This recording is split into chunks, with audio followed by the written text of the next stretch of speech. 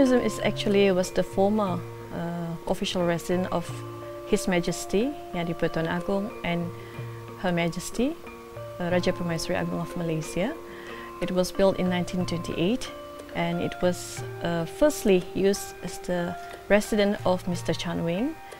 And in 1942 to 1945 it was used by the Japanese Army. And from 1945 to 1950 it was used by the British administration. And from 1950 to 1957 it was the residence of Almarhum Sultan Hishamuddin, the Sultan of Selangor. And later in 1957 to 2011 it became the National Palace of Malaysia. It was very nice. It was very informative. It was a lot of learning for my kids especially, and we enjoyed seeing the palace, especially the royal bedrooms and the main bedroom as well. What I learned, a lot of history of Malaysian royal family.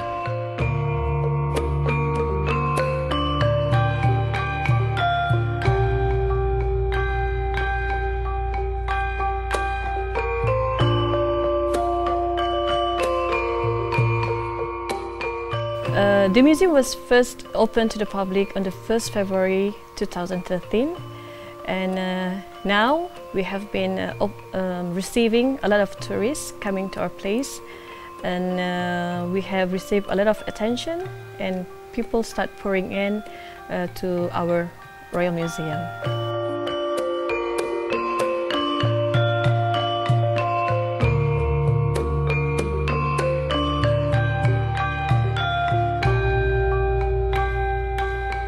In Royal Museum, we have a number of facilities for our visitors. We have ample parking lots. We also have washrooms, and if you need guided tour, we will be able to cater for it upon request. And also we have other facilities like a buggy cart to transport our visitors from the main gate to our main entrance, and other things for rental purposes and other facilities.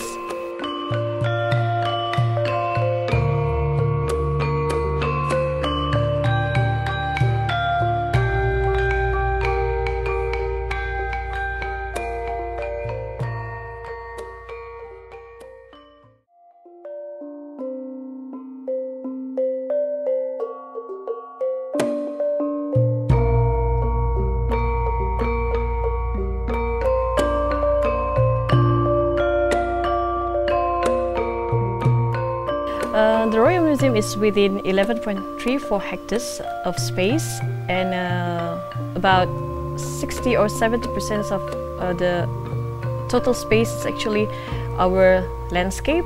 And the building is actually consists of two complexes, which is divided in two blocks. And the first block is the Balai Rong Sri, which is about 2-story floor. On the ground floor, we have the big royal throne, and also we have the royal meeting rooms, and also royal conference rooms, and also royal waiting room.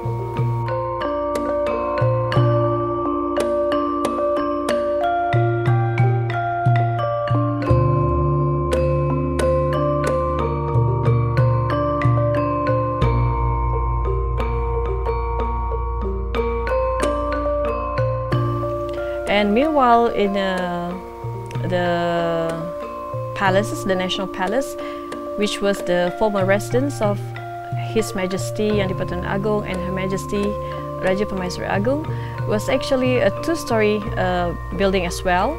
The ground floor consists of a few rooms, which was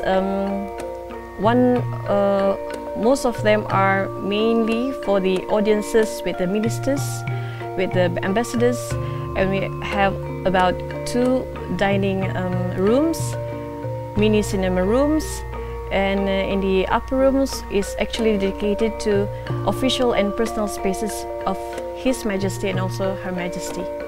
The museum is extremely lavish, extremely well kept, and definitely fit to be a palace. I think that the public would be nice for the public to take a peek at the museum and see how the royalty lives.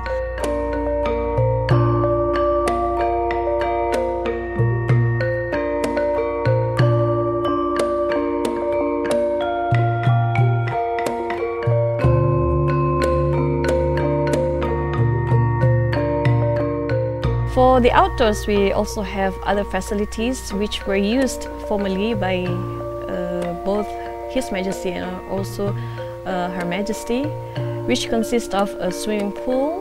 We have also tennis court, badminton court. We also have orchard and nursery, and also a lake. And these places can be seen when you visit our Royal Museum.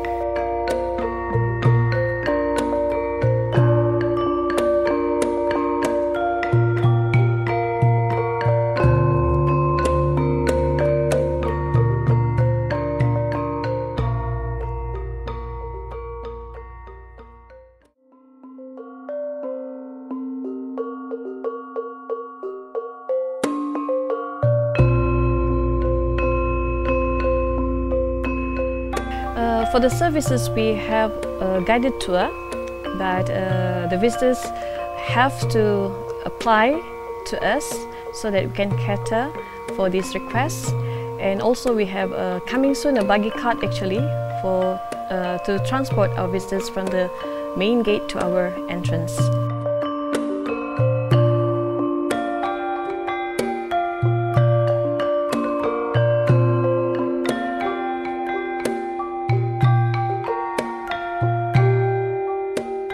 So for this year we have a few events. In April we will be having a special exhibition which we will first exhibit the Royal Conference Meeting Room and also Royal Waiting Room. And we also will have in May Royal Museum through My Lens, as well as in August we will have Night at the Museum. And in December, we have Back to School program.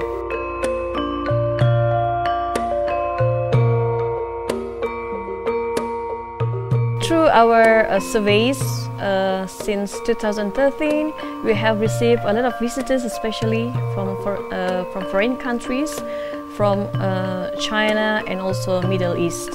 These are the two countries which have been visiting us all year round and every year.